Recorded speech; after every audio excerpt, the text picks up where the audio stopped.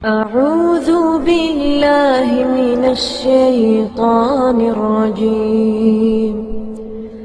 بسم الله الرحمن الرحيم. ومن أحسن قولا ممن دعا إلى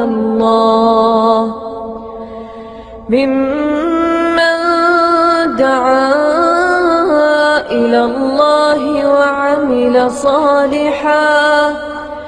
وعمل صالحا وقال إنني من المسلمين.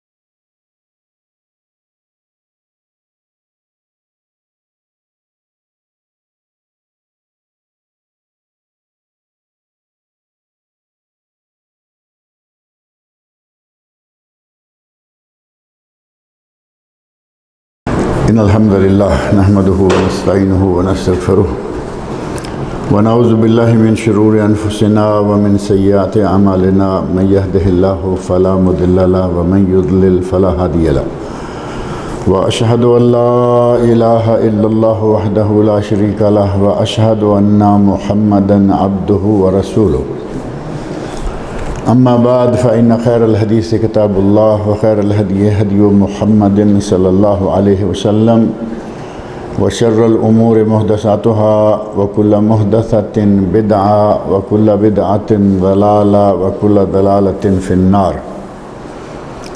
رب اشرح لي صدري ويسر لي أمري واحلل عقدة من لساني يفقهوا قولي. رب أعوذ بك من همزات الشياطين وأعوذ بك رب أن يحضرون.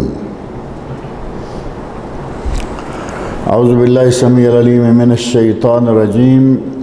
كذبت قوم نوح المرسلين إذ قال لهم أخوهم نوح ألا تتقون إني لكم رسول أمين فاتقوا الله وأطيعون وما أسألكم عليه من أجر إن أجري إلا على رب العالمين فاتقوا الله وأطيعون. قالوا أنؤمن لك واتبعك الأرذلون قال وما علمي بما كانوا يعملون إن حسابهم إلا على ربي لو تشعرون.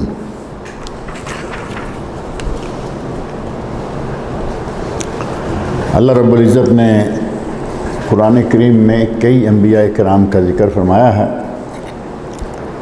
اور 18 نبیوں کا تذکرہ تو ایک ہی رکوع میں. ہمارے یہاں پاک و ہند میں جو قرآن مجید ہیں ان میں رکوع ہوتا ہے، یعنی 15 18 20 آیات کا ایک رکوع. تو صرف ایک رکوع میں 18 انبیاء کرام کا ذکر آیا اور پورے قرآن کریم میں مجموعی طور پر 25 انبیاء کرام کا تذکرہ ملتا ہے، جبکہ حدیث میں کچھ اور بھی انبیاء کے تذکرے ملتے ہیں. اللہ رب العزت نے اپنے ان برگزیدہ بندوں کے تذکرے ہمیں کیوں سنائے ہیں کہ انہوں نے اپنی قوم کو کیا دعوت دی، پہلی بات. اور قرآن کریم میں جہاں کہیں بھی کسی بھی نبی کا ذکر آیا اور اس کی دعوت کا ذکر آیا تو وہاں لا الہ الا اللہ ہی آیا. یہ بنیادی دعوت ہر نبی کی دعوت تھی. ہر نبی نے اپنی قوم سے کہا کہ لا الہ الا اللہ، اللہ کے سوا کوئی معبود برحق نہیں ہے، اللہ کے سوا کسی کی عبادت نہ کرو، تمام عبادتوں کے لائق اگر کوئی ہے تو وہ صرف اللہ تعالیٰ ہے. یہ بنیادی نقطہ. اور ان قوموں نے اپنے نبیوں کو جواب کیا دیا، قوم کا رد عمل کیا تھا. ان میں سے آپ قرآن کریم میں دیکھتے ہیں کہ اکثر قوموں نے نبیوں کی دعوت کو قبول نہیں کیا، سوائے اس کے کہ چند لوگ ان میں سے دعوت کو قبول کرنے والے تھے. اگر یہ کہا جائے کہ ان نبیوں نے محنت نہیں کی تو نعوذ باللہ یہ بہت بڑا گناہ ہوگا، بہت بڑا الزام ہوگا انبیاء کی ذات پر، کیونکہ جسے اللہ نے نبی بنایا اس نے اپنی ذمہ داری پوری کی، دعوت جتنی زندگی اللہ نے نبی بنانے کے بعد دی ساری زندگی دعوت میں گزار دی، اور دعوت وہی اللہ ایک ہے، اس کے سوا کوئی عبادت کے لائق نہیں۔ اور قوموں نے کہا کہ اگر تم اسی لائن پر رہے، اسی طرح رہے تو ہم تمہیں شہر سے نکال دیں گے، کسی نے کہا کہ ہم تجھے سزا دیں گے، کسی نے کہا کہ ہم تمہیں رجم کر دیں گے۔ قرآن کریم میں یہ موجود ہے کہ انبیاء کرام کو دھمکی دی گئی کہ اگر تم اپنی اس دعوت سے باز نہ آئے تو ہم تمہیں رجم کر دیں گے، سنسار کر دیں گے، پتھر مار مار کر مار دیں گے۔ ان تمام دھمکیوں کے باوجود ان نبیوں نے اپنی دعوت کو نہیں چھوڑا، بلکہ دعوت مسلسل دیتے رہے، اور انہی نبیوں میں سے ایک نبی حضرت نوح علیہ السلام ہے۔ نوح علیہ السلام جن کو آدم ثانی بھی کہا جاتا ہے، دوسرے آدم۔ آدم علیہ السلام کے زمانے میں انسان نہیں تھے، صرف آدم علیہ السلام ہیں، اور پھر ان کے بعد ان کی بیوی انہی میں سے نکالی گئی، انہی میں سے بنائی گئی۔ تو آدم اور حوا دو ہوئے، جنت میں رہے، اور جنت سے جب وہ درخت کا پھل کھا لیا تو اللہ رب العزت نے سزا کے طور پر کہیں انہیں زمین پر اتار دیا، اور یہ سلسلہ جو ہے انسانیت کا وہ چل نکلا۔ اب اس وقت کوئی انسان نہیں سوائے ان دو کے، اب اللہ رب العزت نے اس سلسلے کو آگے بڑھایا، اور 2 سے 3 4 6 8 10 دنیا پھیل گئی۔ اللہ رب العزت نے سورہ نساء کی بالکل آغاز والی پہلی آیات میں ہی کہا ہے کہ ہم نے ایک نفس سے بے شمار مذکر مؤنث مرد اور عورتیں، وبث فیہما، اور دنیا میں اللہ رب العزت نے ان دو سے بے شمار دنیا آباد کر دی۔ اور آپ دیکھیں آج دنیا کالا گورا، سرخ و سفید، مسلمان کافر، اہل کتاب غیر اہل کتاب، جتنے بھی ہیں وہ آدم علیہ السلام کی اولاد ہی ہیں۔ تو اللہ نے پوری زندگی، پوری دنیا جو ہے وہ بھر دی، اور ان سے پہلے کوئی نہیں تھا۔ نوح علیہ السلام کو آدم ثانی اس لیے کہا جاتا ہے کہ انہوں نے 950 سال اپنی قوم کو دعوت دی، 950 سال دعوت دیتے رہے۔ آپ اندازہ کریں کتنا وقت۔ ہمیں اگر کسی کو 2 4 6 مرتبہ کہنا پڑے اور وہ نہ مانے تو ہم کیا کرتے ہیں؟ بند کر دیتے ہیں۔ اور دور کی بات تو چھوڑیں، عموماً یہ باتیں اپنے دوستوں میں سے گرد و پیش سے ملتی رہتی ہیں، ڈیرے میں اکٹھے رہتے ہیں، ایک آدمی نماز نہیں پڑھتا، 2 3 کمرے والے پڑھتے ہیں، اس کو 1 مرتبہ کہا، 2 مرتبہ کہا، 10 مرتبہ کہا، پھر ایسا چھوڑا کہ پڑھے نہ پڑھے۔ انبیاء کرام نے ایسا نہیں کیا۔ انبیاء کرام آخر دم تک وہ کام کرتے رہے، کہتے رہے۔ ابھی نوح علیہ السلام نے 1 2 4 سال نہیں، 100 200 سال نہیں، 950 سال، یعنی 1000 سال اپنی قوم کو دعوت دی کہ ان بتوں کی پوجا چھوڑ دو اور تم صرف ایک اللہ کو پکارنا شروع کر دو۔ انہوں نے نہیں مانا۔ کتنے لوگ مسلمان ہوئے؟ نوح علیہ السلام کی کشتی میں آ گئے، اتنے لوگ مسلمان ہوئے کہ سارے مسلمان نوح علیہ السلام کی کشتی میں آ گئے، جبکہ ان میں نوح علیہ السلام کے ان ماننے والوں کے علاوہ ہر قسم کے جانور کا جوڑا جوڑا بھی ہے۔ اب وہ کشتی ہی تو تھی نا، کوئی دنیا بھر میں تو نہیں تھا ایسا۔ کشتی بنائی نوح علیہ السلام نے اپنے ہاتھ سے بنائی، وہ کتنی بنا سکتے تھے، بڑی بنائی، لیکن اتنی کہ اس میں سارے جانور بھی ہیں اور اسی میں انسان بھی ہیں، اور انسانوں میں سے زیادہ سے زیادہ کہا گیا کہ کچھ یا کم و بیش 80 انسان تھے۔ 950 سال آپ کیلکولیشن کر کے دیکھیں کہ 100 سال میں کتنے لوگ بنتے ہیں؟ 100 سال میں بھی 10 آدمی نہیں بنتے، اگلے 100 سال میں 10 آدمی نہیں بنتے۔ 950 سے 80 کی بجائے اگر 95 ہوتے تو شاید 100 سال میں 10 آدمی ہوتے، نہیں ہوئے۔ اپنے گھر کے لوگ سارے مسلمان نہیں ہوئے۔ حضرت نوح علیہ السلام کی بیوی مسلمان نہیں ہوئی، نوح علیہ السلام کا بیٹا مسلمان نہیں ہوا، اور نوح علیہ السلام کی یہ بیٹا جو مسلمان نہیں ہوا، کنعان، جو بڑا مشہور واقعہ ہے اس کا کہ وہ ڈوبنے لگا، نوح علیہ السلام نے اللہ سے سفارش کی اور اللہ نے جھٹکی دے دی، اس کی بیوی مسلمان۔ اور اسی طرح دیگر ان کے اولاد میں سے کچھ لوگ ہیں، اور کچھ باہر سے ملا جلا کے 80 لوگ مسلمان۔ تو اللہ رب العزت نے انبیاء کی دعوت اور قوموں کا رد عمل بیان کیا۔ انبیاء کی دعوت بھی بتائی کہ انہوں نے دعوت کیا دی، اور رد عمل بتایا کہ ہمارے نبی حضرت محمد رسول اللہ صلی اللہ علیہ وسلم کو پہلے نمبر پر یہ ہمت ہو، حوصلہ ہو کہ اگر انکار کریں تو کوئی بات نہیں۔ بڑے لوگوں نے انکار کیا نبیوں کا، لیکن نبیوں کی شان میں، نبیوں کے مقام میں کوئی فرق نہیں آتا اگر کچھ زیادہ لوگ مسلمان نہیں ہوتے۔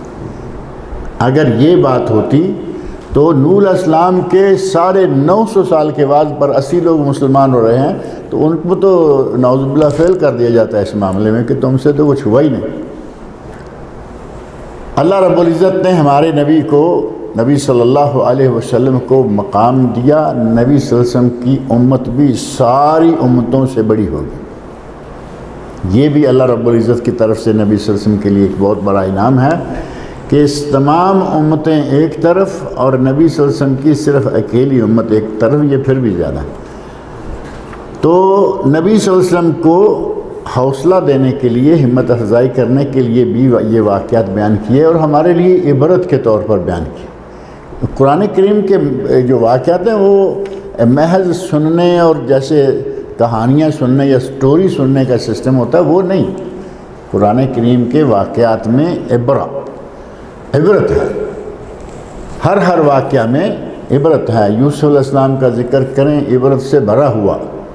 حسد نے بھائیوں کو کہاں تک پہنچا دیا، اور اللہ رب العزت نے اس بھائی کو کہاں تک پہنچا دیا،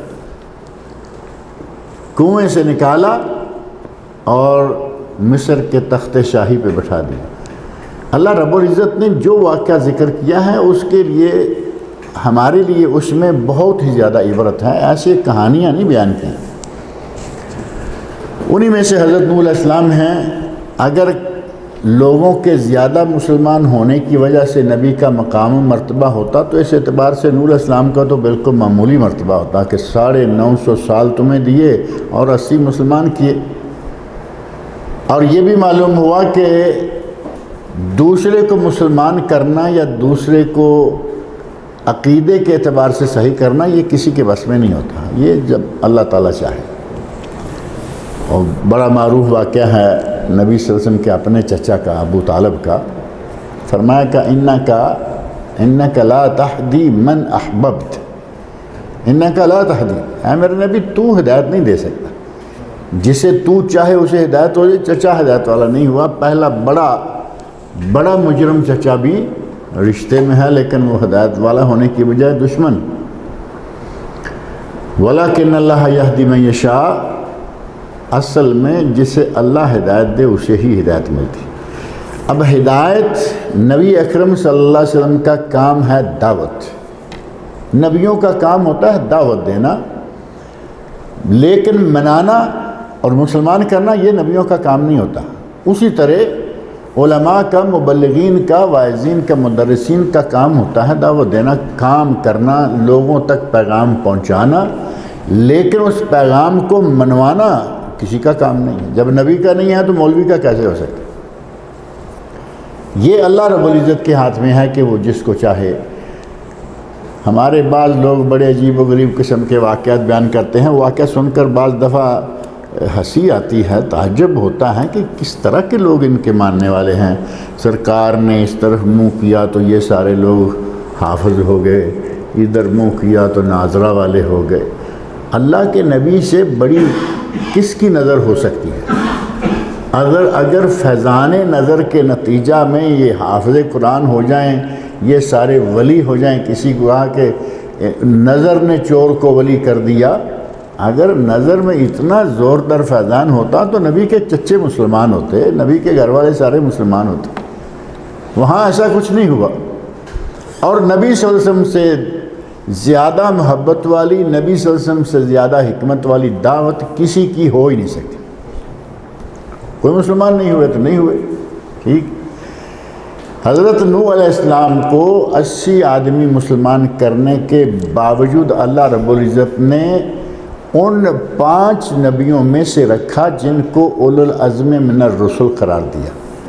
یعنی آپ اندازہ کریں کہ 1.25 لاکھ نبیوں میں سے گن چن کر 350 نبیوں کو رسول کا درجہ دیا، اور ان 350 رسولوں میں سے 5 کو چن کے کہا کہ یہ اولو العزم من الرسل ہیں، عظیمت والے رسول ہیں۔ نوح علیہ السلام ان میں سے پہلے نمبر پر آتے۔ نوح علیہ السلام، ابراہیم خلیل علیہ السلام، موسیٰ علیہ السلام، عیسیٰ علیہ السلام، اور محمد رسول اللہ صلی اللہ علیہ وسلم۔ کسی کے لوگوں کو زیادہ اسلام میں داخل کرنے کے نتیجہ میں مقام نہیں، وہ اس کے ہاتھ میں ہے۔ حضرت نوح علیہ السلام نے اپنی قوم کو دعوت دی، اپنا کام جاری رکھا، اور 950 سال دعوت دینے کے باوجود جب دیکھا کہ یہ لوگ سنبھل نہیں رہے، سدھر نہیں رہے، مسلمان نہیں رہے، تو آخر انسان ہی تو تھے نا نوح علیہ السلام بھی۔ انسان ہے وہ اکتا جاتا ہے، پھر انہوں نے اکتا کر یہ نہیں کیا کہ دعوت بند کر دیں، اللہ سے دعا مانگی، رب انی دعوتہم لیلا و نہارا، یا اللہ میں نے دن رات ان کو دعوت دی ہے۔ رب انی دعوتہم لیلا و نہارا فلم یزدہم دعائی الا فرارا، میری دعوت نے ان کو میرے قریب نہیں کیا، دعوت کے قریب نہیں کیا، بلکہ یہ زیادہ فرار ہوئے، زیادہ مجھ سے بھاگے۔ اب 950 سال دعوت دے کر ان کا فرار دیکھ کر اللہ رب العزت سے بد دعا کی، رب لا تذر علی الارض من الکافرین دیارا، اے اللہ روئے زمین پر کافروں کا کوئی گھر نہیں بچنا چاہیے۔ اور وجہ بتا دی کہ اگر کچھ لوگ ان میں سے بچیں گے، لم یلد الا فاجرا کفارا، بچیں گے تو ان کے بچے پیدا ہوں گے وہ بھی فاجر اور کافر ہوں گے۔ اے اللہ ان کا صفایا کر دے۔ اللہ نے صفایا کیا یا نہیں کیا؟ اللہ رب العزت نے ٹکا کے صفایا کیا، طوفان آیا اور جتنے بھی کشتی کے باہر انسان تھے سب ختم کر دیا۔ اب سے تو کشتی والے مٹھی بھر لوگ رہ گئے۔ جیسے آدم علیہ السلام کے زمانے میں کوئی نہیں تھا، اسی طرح نوح علیہ السلام کے زمانے میں بھی اب دنیا میں کوئی نہیں بچا، صرف کشتی والے۔ اس لیے کہا جاتا ہے کہ نوح علیہ السلام آدم ثانی ہے۔ ان کے آدم ثانی ہونے کی بات تو واضح ہو جاتی ہے یا نہیں، کہ واقعی وہ آدم ثانی نظر آتے ہیں، کہ اس وقت دنیا ختم ہو گئی، نوح علیہ السلام کے زمانے میں ختم ہو گئی، آدم علیہ السلام کے زمانے میں تھی نہیں، تو یہ آدم ثانی۔ آدم ثانی کے بارے میں اللہ رب العزت نے قرآن کریم کے متعدد مقامات پر ان کا تذکرہ کیا۔ ان کے نام کی پوری سورت نازل کی، سورت نوح، اور دیگر مقامات پر بھی تذکرہ کیا۔ ان میں سے یہاں سورت الشعراء میں اللہ رب العزت ان کا ذکر کرتے ہوئے فرماتے ہیں، کذبت قوم نوح المرسلین، نوح علیہ السلام کی قوم نے رسولوں کو جھٹلایا۔ اب ان کی طرف تو ایک رسول بھیجے گئے، نوح علیہ السلام۔ اللہ کہہ رہے ہیں کہ اس قوم نے رسولوں کو جھٹلایا، تو معنی یہ ہے کہ انہوں نے جب نوح علیہ السلام کو جھٹلایا تو انہوں نے گویا سارے رسولوں کو جھٹلا دیا۔ ان سے پہلے جتنے بھی ہیں، آدم علیہ السلام سے لے کر ان کے بیٹے ہیں، آگے شیس ہیں، ادریس ہیں، جتنے بھی لوگ ان سے پہلے آتے ہیں، ان سب کو انہوں نے گویا کہ جھٹلا دیا، کیونکہ وہ بھی اللہ کے رسول تھے، یہ بھی اللہ کے رسول ہے۔ ایک کو جھٹلانے والا باقی سب کا منکر شمار ہوتا ہے۔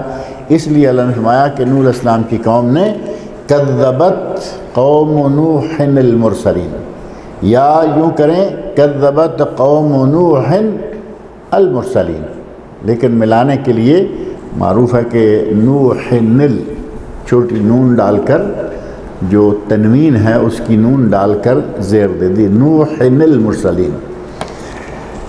قال لهم اخوهم نوح الا تتقون، ان کے بھائی نے نوح علیہ السلام نے کہا کہ تم اللہ سے ڈرتے نہیں ہو۔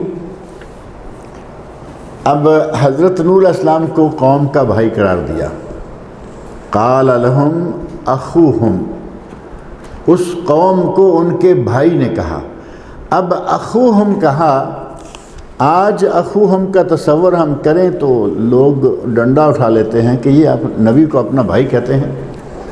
قرآن میں اللہ نے جگہ جگہ نبیوں کو ان کے قوموں کے بھائی کہا ہے، ایک کے لیے نہیں، متعدد مقامات، غالباً صرف اسی شعراء میں کئی انبیاء کا ذکر آیا، انہوں کو بھائی ہی کہا۔ قال لهم اخوهم ہود، قال لهم اخوهم صالح، قال لهم اخوهم نوح۔ متعدد انبیاء کے ساتھ اللہ نے اسی طرح ذکر کیا کہ ان کی قوم کے بھائی نے، ان کی قوم کو ان کے بھائی نے کہا۔ اب بھائی اس لیے کہ اس قوم کا ایک فرد ہوگا تو بھائی ہوگا۔ چچے موجود ہیں، تائے موجود ہیں، پھوپھیاں موجود ہیں، ماں موجود ہے، خالائیں موجود ہیں، ماموں موجود، تو بھائی ہوا نا، سارے رشتے تو موجود۔ اب یہ سارے رشتے کیا ہمارے نبی کے نہیں تھے صلی اللہ علیہ وسلم؟ سارے رشتے تھے، ماں ہیں، باپ ہیں، آبا و اجداد ہیں، پھوپھیاں ہیں، چچے ہیں، یہ جن چچوں کا ذکر ہم کر رہے تھے، سارے رشتہ دار تو موجود تھے۔ تو پھر اگر نبی صلی اللہ علیہ وسلم کو بھائی کہہ دیا جائے کہ اس اعتبار سے ایک بشر ہونے کے حوالے سے وہ بھی ہمارے بھائی، تو ہمارے یہاں جنگ شروع ہو جاتی ہے، لو یہ بشر بھی کہہ دیا، بھائی بھی کہہ دیا، پھر یہ کہتے ہیں ہمارے جیسا بھائی۔ بھائی ہمارے جیسا کیسے ہو سکتا ہے؟ وہ سارے نبیوں سے اعلیٰ ہیں، ہم کیا ہیں؟ لیکن بحیثیت بشریت بھائی ہیں، اور آپ صاف صاف خود کہہ رہے ہیں انما انا بشر مثلکم، میں تمہاری طرح کا بشر ہوں۔ قرآن میں اللہ نے کہا قل، میرے نبی کہیے ان سے، قل انما انا بشر مثلکم، میں تمہاری طرح کا بشر ہوں۔ بخاری مسلم کے حدیث میں یہ لفظ آتا ہے، قرآن میں آتا ہے، جا بجا آتا ہے، نبی بشر ہی ہوتے ہیں، قوم کے بھائی ہوتے ہیں، لیکن وہ ہماری جنگ دیکھو آج تک نہیں ختم ہو رہی۔ وہاں جیسے ہی یہ مسئلہ اٹھے گا، لاٹھیاں، دیسی ماحول میں لاٹھیاں اٹھ جائیں گی، اور آج کے ولایتی ماحول میں کلشن کوفیں اور بندوقیں نکل آئیں گی، پسٹل نکل آئیں گے کہ لو یہ بشر کہتے ہیں۔ قرآن کہہ رہا ہے، اللہ کہہ رہا ہے، رسول خود کہہ رہے ہیں۔ یہاں اللہ نے فرمایا قال لهم اخوهم نوح، ان کے بھائی نوح نے ان سے مخاطب کو کہا الا تتقون، کیا تم متقی نہیں بنتے؟ اب کیا تم متقی نہیں بنتے؟ متقی کون ہوتے ہیں؟ متقی کون ہوتا ہے؟ جس کے دل میں تقوی ہو۔ اور تقوی کیا ہے؟ ایک تو مشہور ہمارے یہاں لفظ ہے کہ اللہ کا ڈر دل میں ہے، تو یہ تقوی ہے، اور یہ صحیح بات ہے۔ تقوی ڈرنے سے ہی ہے۔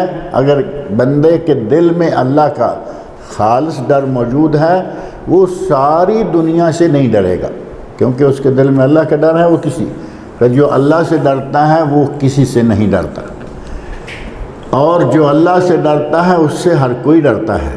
مومنوں کے بہت سارے واقعات ایسے موجود ہیں، جانور تک خدمت گزار موجود ہیں، بڑے بڑے جانور جب مومن کے سامنے آئے تو بالکل ایسے ہو گئے کہ جیسے اپنے ہاتھ کا پالا ہوا کوئی چھوٹا سا بلی کا بچہ کیوں نہ۔ شیروں کے واقعات، فلاں کے واقعات، اللہ رب العزت نے مومن کو عزت بخشی، تو انہیں کہا گیا کہ تم متقی نہیں بنتے، الا تتقون، اللہ کا ڈر تمہارے دل میں نہیں آتا۔ اور تقوی کی ایک بڑی معروف تعریف جو کی گئی ہے وہ ہے تقوی، التقوی ہے الخوف من الجلیل۔ تقوی یہ ہے کہ بندے کے دل میں رب جلیل کا خوف ہو، پہلی بات۔ یعنی ایک حصہ جو ہمارے یہاں وہ مشہور ہے ڈر والا، کہ دل میں بندے کا ڈر ہو تو وہ تقوی ہے، اور اس میں کوئی شک نہیں کہ یہ ایک جز یقیناً ہے۔ الخوف من الجلیل، اللہ کا ڈر ہو، والقناعۃ بالقلیل، اور تھوڑے پر قناعت کرے، یعنی اللہ نے جو رزق دیا ہے اگر حسب کفاف کافی اتنا ہے کہ آدمی کی گزر بسر ہو رہی ہے، وہ ادھر ادھر بلا وجہ ہاتھ مار مار کے اپنے آپ کو ہلکان نہ کرے، جائز ناجائز کسی طرح بھی پیسہ آئے اس طرح کا مال حرام جمع نہ کرے، جتنا اللہ رب العزت نے آرام سے اسے دیا ہے اس کو حاصل کرے، اس پہ خوش رہے، اسے اپنے لیے کافی سمجھے۔ قناعت تو معروف ہے نا کہ فلاں آدمی بڑا قناعت شعار ہے، یعنی وہ واہ ویلا نہیں کرتا، مر گئے کھاتے پیتے ہر وقت، کئی لوگوں کو عادت ہوتی ہے بہت یہ ہو گیا وہ ہو گیا۔ القناعت بالقلیل، تھوڑے پر قناعت کرے، اور والاستعداد لیوم الرحیل والعمل بالتنزیل، یہ قناعت سے بھی پہلے الخوف من الجلیل والعمل بالتنزیل، یعنی تنزیل پر عمل کرے۔ تنزیل کیا ہے؟ نازل شدہ چیز، نازل شدہ قرآن کریم بھی ہے، اور تنزیل میں نبی صلی اللہ علیہ وسلم کی حدیث بھی آتی ہے، کیونکہ نبی صلی اللہ علیہ وسلم کے بارے میں اللہ نے خود فرمایا، ہمارے نبی صلی اللہ علیہ وسلم کے بارے میں اور عام انبیاء کے بارے میں یہ معروف ہے کہ ہمارے نبی بغیر وحی کے بولتے نہیں، وما ينطق عن الهوى ان هو الا وحی یوحی، وحی ہو گیا، قرآن بھی تنزیل اور حدیث بھی تنزیل۔ الخوف من الجلیل والعمل بالتنزیل والقناعت بالقلیل، اور چوتھا والاستعداد لیوم الرحیل، جس دن ہم نے یہاں سے نکلنا ہے دنیا سے اس دن کی تیاری۔ اب اگر کسی نے سفر پہ جانا ہے، یہاں سے کسی دوسرے ملک جانا ہے، یہاں سے دوسرے شہر جانا ہے، چلو ملک دوسرے میں نہ صحیح، دوسرے شہر میں جانا ہے، وہاں جا کے 1 دن 2 دن 4 دن رکنے کا ارادہ ہے، تو آدمی کتنی تیاری کرتا ہے۔ چیک بک ہے تو وہ جیب میں، اگر ATM کارڈ ہے تو بھی وہ جیب میں، اور کپڑے 2-4، اور اسی طرح رنگ برنگی جرابیں، بوٹ، یہ ہر آدمی تیار ہو کے نکلتا ہے تاکہ مجھے وہاں جا کے کوئی کمی محسوس نہ ہو، ہر چیز مجھے مل جائے۔ اب اگر یوم الرحیل ہے، اس دنیا سے نکلنے کی تیاری، تو وہ کیا ہوگی؟ وہ بوٹ سے نہیں ہوگی، وہ جرابوں سے نہیں ہوگی، وہ ATM سے نہیں ہوگی، وہ چیک بک سے نہیں ہوگی، وہ کیش جمع کر کے اکٹھا نوٹوں کی حالت میں لینے کی شکل میں نہیں ہوگی۔ وہ کیسے ہوگی؟ وہ ہوگی عمل صالح کے ساتھ، آخرت کی تیاری عمل صالح کے ساتھ۔ باقی تیاری ساری جتنی بھی ہے دنیا کے لیے، لیکن یوم الرحیل کی تیاری صرف عمل صالح کے ساتھ۔ اگر کسی کا عمل صالح ہے تو وہ تیاری ہے فرسٹ کلاس۔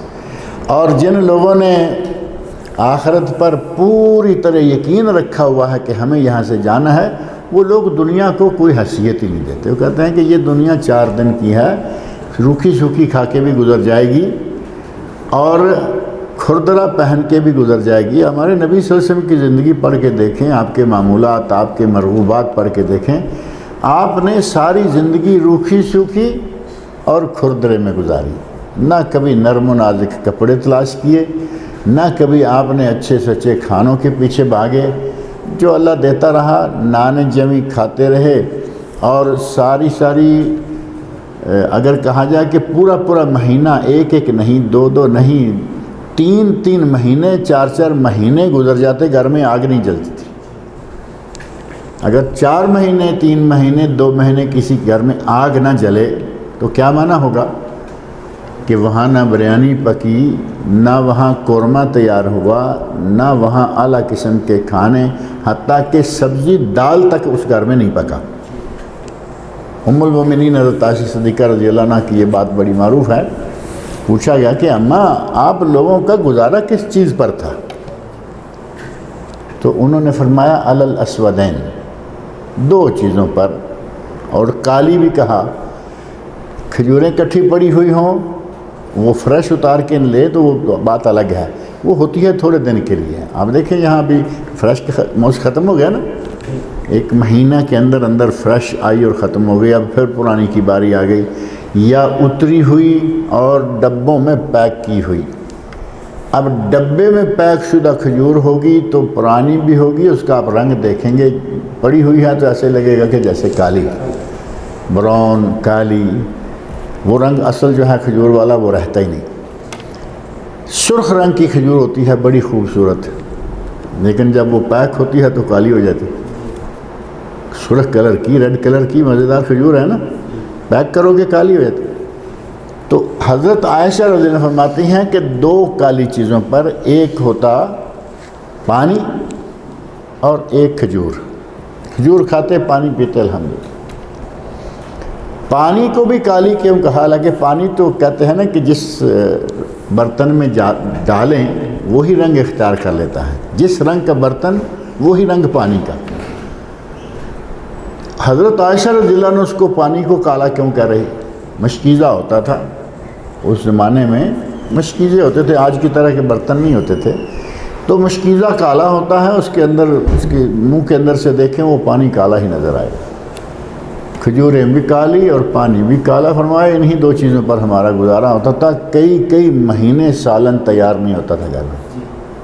اللہ رب العزت نے اتنی عظمت، اتنی شان روحانی طور پر اور اتنی دولت دنیاوی طور پر دی کہ جس کا کوئی شمار نہیں، لیکن آپ کا حال یہ رہا کیونکہ یہ دنیا ہے، آخرت کی تیاری میں شب و روز مصروف ہیں، دنیا کی کوئی پرواہ نہیں ہے۔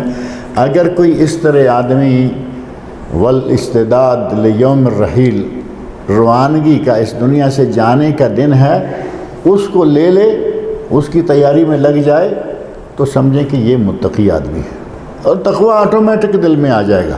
یہ چار چیزیں آپ ذہن میں رکھیں: اللہ سے ڈر، اللہ کی شریعت پر عمل، تھوڑے پر قناعت، اور آگے کے سفر کے لیے تیاری۔ چار چیزیں جس آدمی کے پاس ہیں سمجھیں کہ بإذن اللہ تعالیٰ وہ متقی ہے، کیونکہ یہ چار کام صرف وہی کرے گا جس کے دل میں اللہ رب العزت کی طرف روانگی کا شوق ہے اور پتہ ہے کہ وہاں جاؤں گا تو میرے پاس کیا ہونا چاہیے۔ قال لهم اخوهم نوح الا تتقون، ان کے بھائی نے، نوح علیہ السلام نے کہا کہ کیا تم ڈرتے نہیں ہو؟ اللہ کا ڈر تمہارے دل میں نہیں آتا؟ انی لکم رسول امین، میں تمہاری طرف امانت دار رسول ہوں، یعنی امانت دار، مجھے اللہ نے جو کچھ دیا ہے میں نے وہ تمہارے پاس پہنچا دیا اور مسلسل پہنچاتا رہوں گا۔ میں امین ہوں، امانت دار ہوں، وحی میں کمی بیشی کر کے نہیں، جو وحی آئے گی مکمل آپ تک پہنچا دی جائے گی۔ فاتقوا اللہ واطیعون، اللہ کا تقوی دل میں رکھو اور میری اطاعت کرو۔ آگے ان کے کچھ کلمات اور بھی ہیں، یہاں چونکہ مختصر سا ذکر ہوا ہے لیکن اس کے باوجود تھوڑے سے کلمات اور ہیں، انشاءاللہ العزیز اگلے درس میں وہ پڑھیں گے۔ اللہ رب العزت سے میری دعا ہے کہ وہ مجھے آپ سب کو قرآن کریم پڑھنے، سننے، سمجھنے اور اس کے احکام پر عمل کرنے کی توفیق عطا فرمائے۔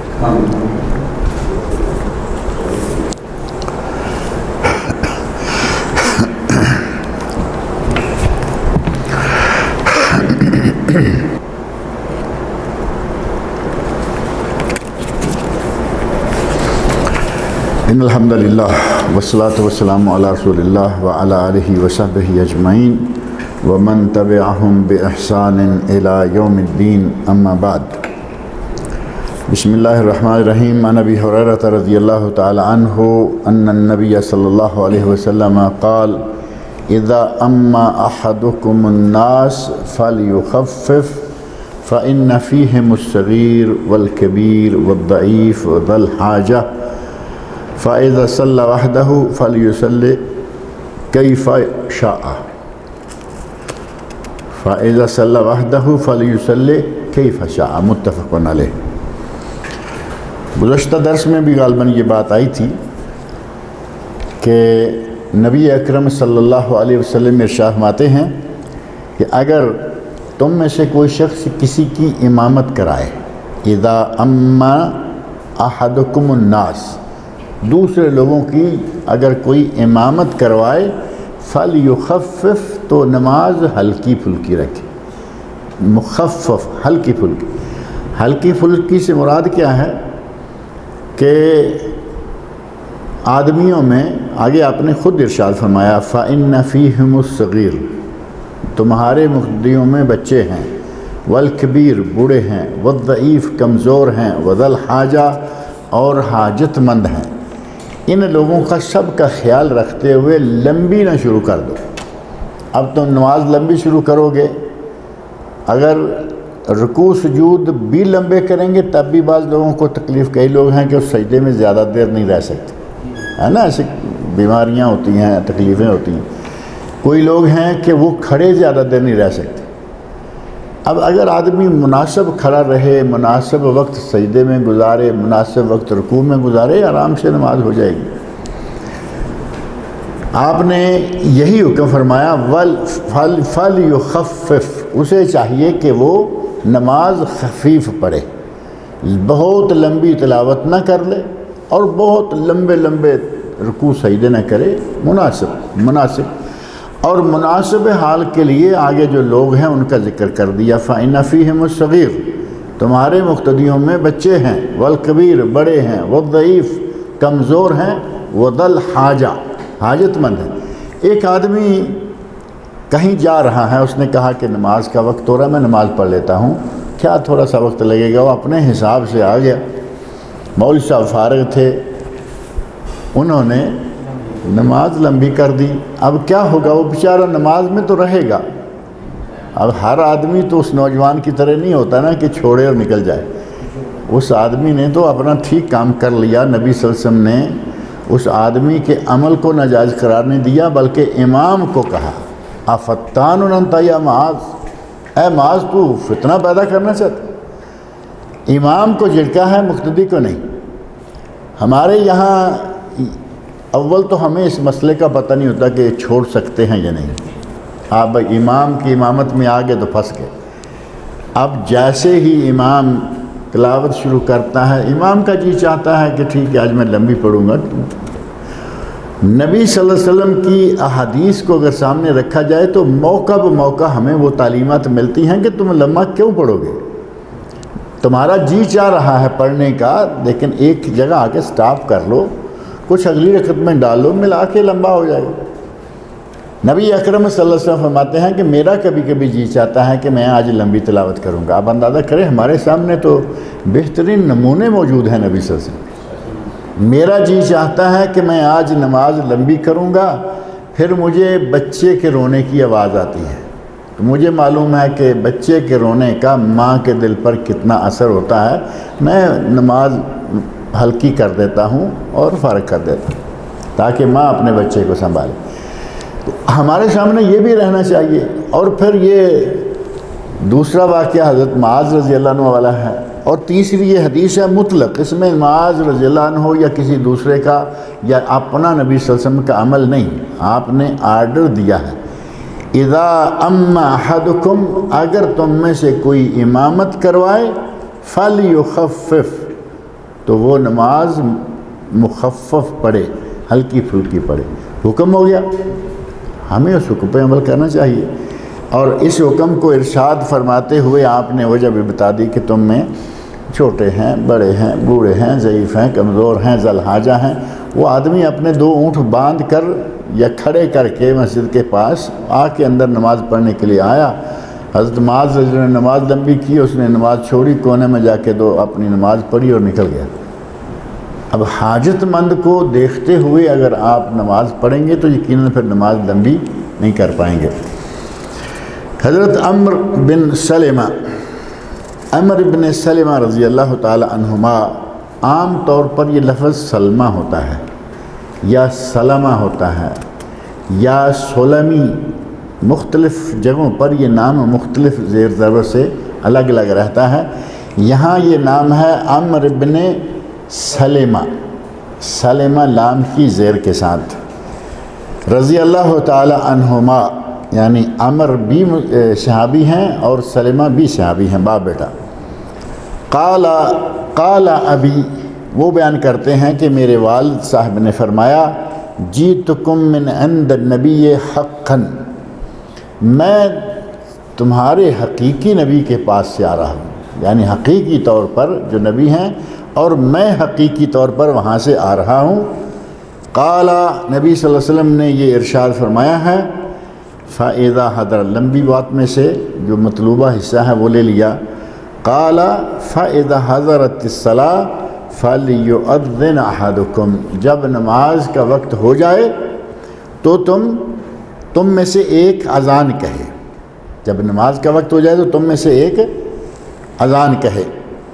یہ نبی برحق کی طرف سے جو پیغام لے کے ان میں سے ایک حصہ یہ ہے، جئتکم من عند نبی حقا، میں تمہارے پاس برحق حقیقی نبی کی طرف سے آیا ہوں۔ فَإِذَا حَضَرَتِ الصَّلَاةُ، جب نماز کا وقت ہو جائے، نماز کا وقت آ جائے، فَلْيُؤَذِّنْ أَحَدُكُمْ، تم میں سے ایک اذان کہے۔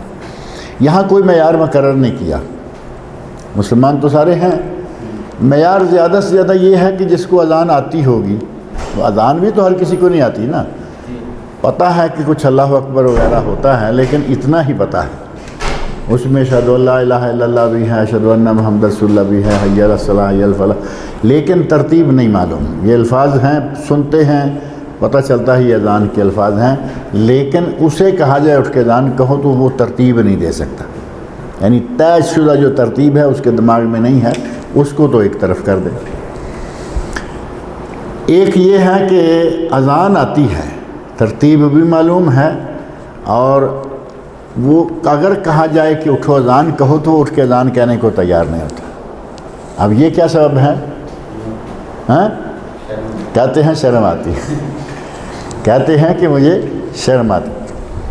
ایک اعتبار سے بات ٹھیک ہے کہ ہر آدمی کی جرت نہیں ہوتی، اس ہر آدمی میں اتنا گردہ نہیں ہوتا، دل گردہ نہیں ہوتا کہ لوگوں کے سامنے اٹھ کے اتنی آواز نکالے، لیکن ایسا بھی تو نہیں ہے، مسلمان کو یہ کام سارے کرنے چاہیے۔ جماعت کرانے کا وقت آ جائے جماعت کرا دے، اذان کا وقت آ جائے اذان کہہ دے۔ یہ کہنا کہ میں نہیں کہتا، شرم آتی۔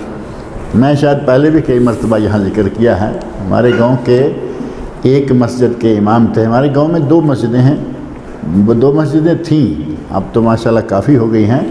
اس وقت گاؤں بھی ظاہر ہے کہ بڑھتے چلے جا رہے ہیں، میں آج سے 30-40 سال پہلے کی بات کر رہا ہوں۔ 2 مسجدیں تھیں، ایک مسجد کے امام مولانا رحمۃ اللہ صاحب تھے، اللہ رب العزت ان کی مغفرت فرمائے، کچھ عرصہ ہوا فوت ہو گئے ہیں۔ تو وہ بڑے خوش طبع بھی تھے، خطبہ دیتے، خوش طبع کی باتیں آتی، اور عام مجلس میں ہوتے، بڑے بات چیت میں ایک اللہ تعالیٰ کی طرف سے صفت ہوتی ہے، وہ تھکتے نہیں تھے، گھنٹوں بولتے چلے جاتے تھے، ہنستے کھیلتے۔ مسجد میں ایک نوجوان کھڑا تھا، وہ بھی آ گئے، کہتے ہیں کہ اذان کہو۔ اب انہوں نے جان بوجھ کے کہا یا کیا وجہ تھی، کہا اذان کہو۔ اب ضرور حق ہے امام کا، یہ کسی کو کہے اذان کہو، کوئی مؤذن مستقل ہمارے دیہات میں آج بھی شاید نہیں ہوتے۔ امام ہی اذان کہتا ہے، امام ہی مسجد کھولتا ہے، امام ہی جماعت کراتا ہے، امام ہی مسجد بند کرتا ہے، حتیٰ کہ بعض جگہ تو ایسا ہے کہ امام ہی ٹوٹیاں بوٹیاں بھی صاف کرتا ہے۔ حالات ایسے ہیں۔ نوجوان سے کہا کہ اذان کہو، تو وہ کہتا ہے جی مولوی صاحب مجھے شرم آتی ہے۔ شرماتے ہوئے کہتا ہے جی مجھے مولوی صاحب شرم آتے ہو۔ کہتا ہے ارے نامعقول، میں روز 5 مرتبہ کہتا ہوں، میں بے شرم ہوں؟ یعنی اس کے الفاظ کے حساب سے وہی الفاظ جو ہے وہ الٹا دیے، کہا کہ کیا میں بے شرم ہوں، میں 5 مرتبہ اذان کہوں؟ تو اذان کہنے کے لیے نبی صلی اللہ علیہ وسلم نے کوئی معیار مقرر نہیں کیا، امامت کے لیے معیار ہے جو آتا ہے آگے، امامت کے لیے باقاعدہ معیار ہے۔ نبی اکرم صلی اللہ علیہ وسلم نے اذان والوں کے لیے کھلا چھوڑا، اذان کہیں فَلْيُؤَذِّنْ أَحَدُكُمْ، 2 4 6 10 20 50 لوگ ہیں، ایک آدمی اذان کہہ دے۔ وَلْيَؤُمَّ أَكْثَرُكُمْ قُرْآنًا، اب آئی باری امامت کرانے کی، تو کہا کہ امامت ہر آدمی نہیں کرائے، امامت ان لوگوں میں سے جو سب سے زیادہ قرآن جانتا ہے وہ کرائے۔ معیار آ گیا نا، یعنی اب امامت کی باری یہ نہیں کسی کو بھی آگے کر دیں، کوئی بھی آگے ہو جائے، کوئی بھی کہے کہ میرے پاس پیسہ زیادہ ہے میں جماعت کراؤں گا، نہیں۔ جس کے پاس قرآن زیادہ ہے، قرآن زیادہ حفظ ہے، قرآن زیادہ جانتا ہے، وہ آدمی امامت کا سب سے پہلا مستحق ہے۔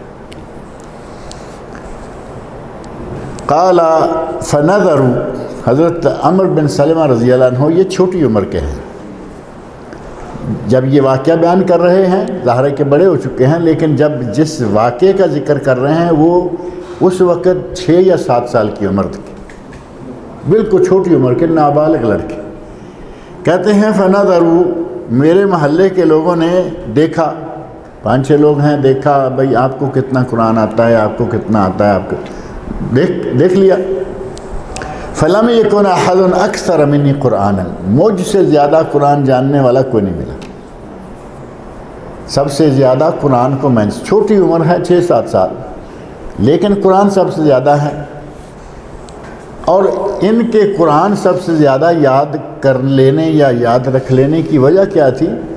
کہتے ہیں میں چھوٹا تھا، بکریاں چراتا تھا، اور بکریاں میں اس راستے پر چراتا تھا جہاں سے لوگ، یہ قبیلہ ہے جہاں سے لوگ نبی صلی اللہ علیہ وسلم کے پاس جاتے اور آتے تھے، میں راستے میں بکریاں چرا رہا ہوتا، جو جاتا واپس آتا تو میں پوچھتا ہے آج کیا نازل ہوا، وہ بتاتے کہ آج یہ آیات نازل ہوئی ہیں، میں یاد کر لیتا۔ اگلے دن کوئی آتا، کیا نازل ہوا، یہ نازل ہوا، میں یاد کر لیتا۔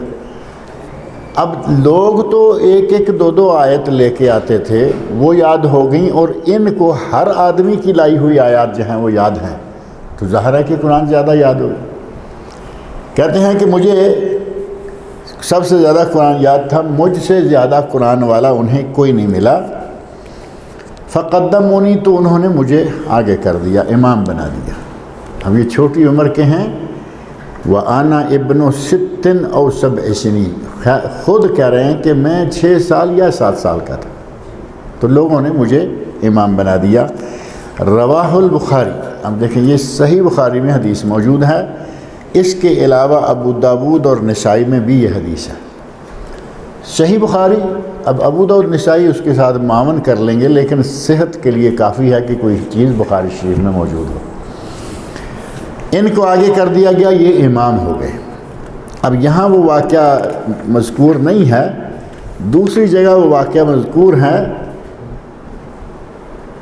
کہتے ہیں کہ میرے پاس جو کپڑا تھا میں وہی لے کے نماز پڑھتا تھا، جماعت کراتا، تو کپڑا اتنا میرا ایک ہی تھا اور چھوٹا تھا کہ میں کندھے سے لے کے اس کو لپیٹتا تو سمجھیں کہ گھٹنوں کے نیچے تک آ جاتا، لیکن جب میں سجدے جاتا تو ایسے لگتا کہ جیسے میں پیچھے سے ننگا ہو جاتا، کپڑا تھوڑا ہونے کی وجہ سے۔ تو عورتوں نے کہا، اب عورتیں چونکہ پیچھے نماز پڑھتی ہیں، آگے 2 صفیں 3 صفیں، قبیلے کی مسجد تھی، کوئی بہت لمبا چوڑا تو ہوگی نہیں نا، 1-2 صفیں مردوں کی، پیچھے 1-2 صفیں عورتوں کی، اور مردوں کو حکم ہے کہ وہ پہلے سجدہ چلے جائیں اور بعد میں عورتیں جائیں، اور اسی طرح اٹھنے کے لیے، مسجد سے نکلنے کے لیے پہلے عورتیں نکل جائیں پھر مرد نکلیں۔ تو کہتے ہیں کہ میرے قبیلے کی عورتوں نے کہا غُطُّ عَنَّا اُسْتَ امامکم، تمہارا امام سجدے جاتا ہے تو پیچھے سے ننگا ہوتا ہے، اپنے امام کے سرین تو ڈھانکو۔ لوگوں نے، عورتوں نے اپنے محلے کے لوگوں کو، نمازیوں کو کہا کہ تمہارے امام کو سجدے کے دوران وہ ننگا ہوتا ہے، اس کا ستر تو پورا کرو۔ کہتے ہیں کہ مجھے محلے والوں نے مل کر لباس دیا، مل کر مجھے کپڑے دیے، میں نے پہنے اور میں بہت خوش ہوا۔ اب ظاہر ہے کہ بچپن کی بات ہی ہو سکتی ہے نا، کہ مجھے اتنی خوشی ہوئی کہ جس کا کوئی شمار نہیں، کہ مجھے کپڑے مل گئے۔ اب ظاہر ہے کہ محلے والوں نے 2 کپڑے دیے ہوں گے، ایک نیچے کے لیے ایک اوپر کے لیے الگ الگ، اور نئے خرید کر دیے۔ امام صاحب کے مزے ہو گئے، امام صاحب ہیں 6-7 سال کے۔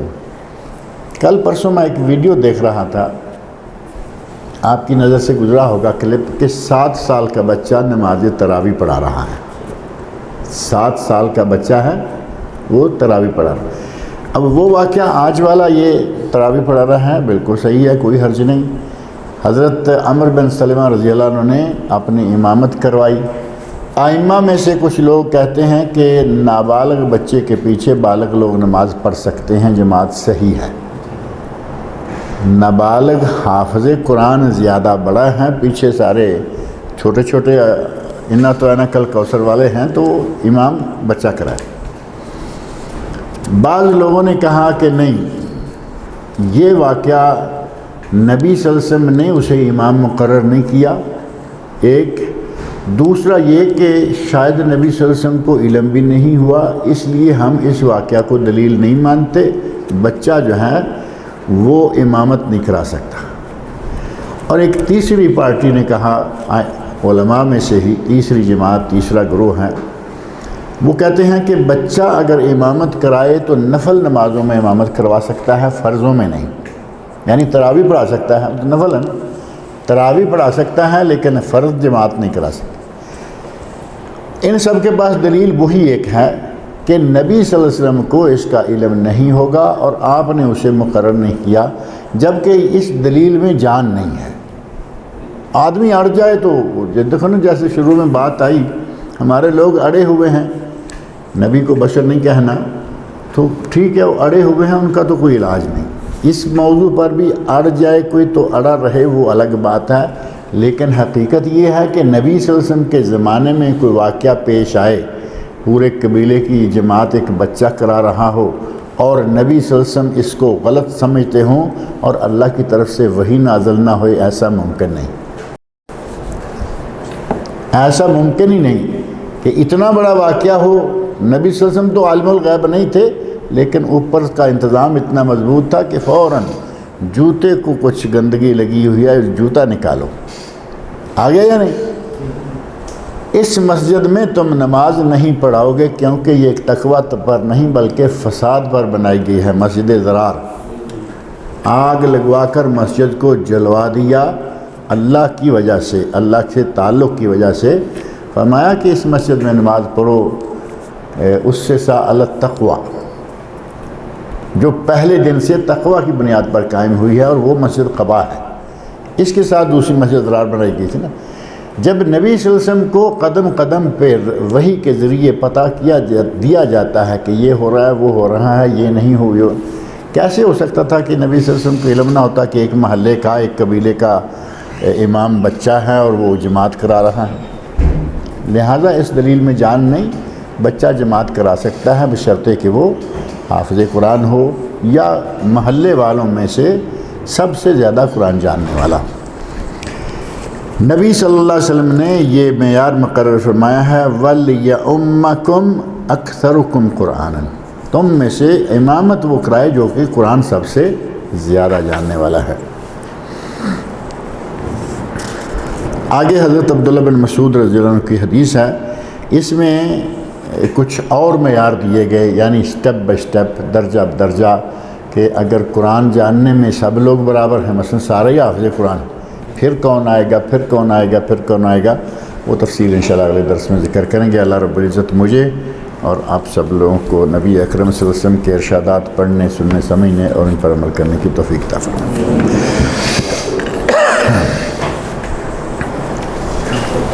جی عمران صاحب، وہ جو اسلام کی قوم تباہ ہوئی، نور اسلام کی پھر یہ آج کے جو ہندو ہے ان سے آگے جبکہ انہوں نے دعا دی کہ باقی نہ ہے، تو وہ تو اس وقت تو سب ختم ہو گئے۔ اب مسلمانوں کی اولاد میں سے پھر آگے بڑھے، پھر وہ سلسلہ شروع ہو گیا، جیسے آدم علیہ السلام کی اولاد میں سے آئے تو نور علیہ السلام جیسے لوگ آ گئے نا، دعا کی تھی نا کہ پھر باقی نہ رہے جو اس وقت موجود ہیں، یہ نہیں کہ آئندہ بھی پیدا نہ ہو۔ رب لا تذر علی الارض من الکافرین دیارا، اس وقت جو لوگ موجود ہیں ان میں سے کوئی گھر باقی نہ رہے۔ یہ نہیں کہا کہ آئندہ بھی کوئی کافر، وہ ایسا ہو جاتا تو اچھا ہو جاتا، سارے مسلمان ہی رہتے قیامت تک۔ اور کسی کے پاس کوئی سوال ہو تو موضوع سے ہٹ کے سوال، کوئی بات نہیں، فرمائیے۔ عورتیں قبروں کی زیارت کر سکتی ہیں؟ عورتوں کو اور مردوں کو نبی صلی اللہ علیہ وسلم نے شروع میں سب کو زیارت قبور سے منع کر دیا تھا کہ وہاں جا کے روئیں گے، چیخیں گے، چلائیں گے، یہ کریں گے، یعنی وہ مسائل وغیرہ سارے معلوم نہ ہونے کے نتیجہ میں ان سے کچھ غلط حرکات نہ ہو جائیں گی، روک دیا۔